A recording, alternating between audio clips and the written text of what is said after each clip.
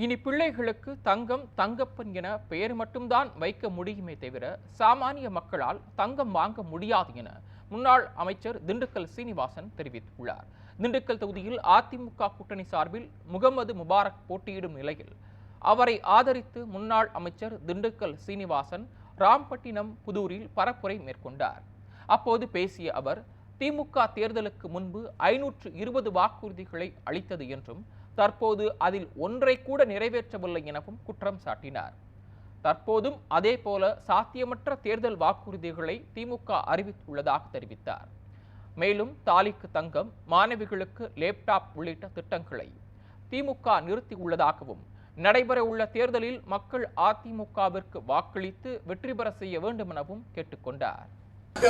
தங்கராசு, தங்கம்மான் பேர் வச்சுக்கலாமே தவிர இந்த சண்டாலங்க நரேந்திர மோடி ஆட்சியில 8 கிராம் தங்க 75 ரூபா, 100 ரூபா அதிகமா போனா 10 போனா 10,000 ரூபா இருந்தா போகுது, 1000 ரூபா இருந்தா போதும்.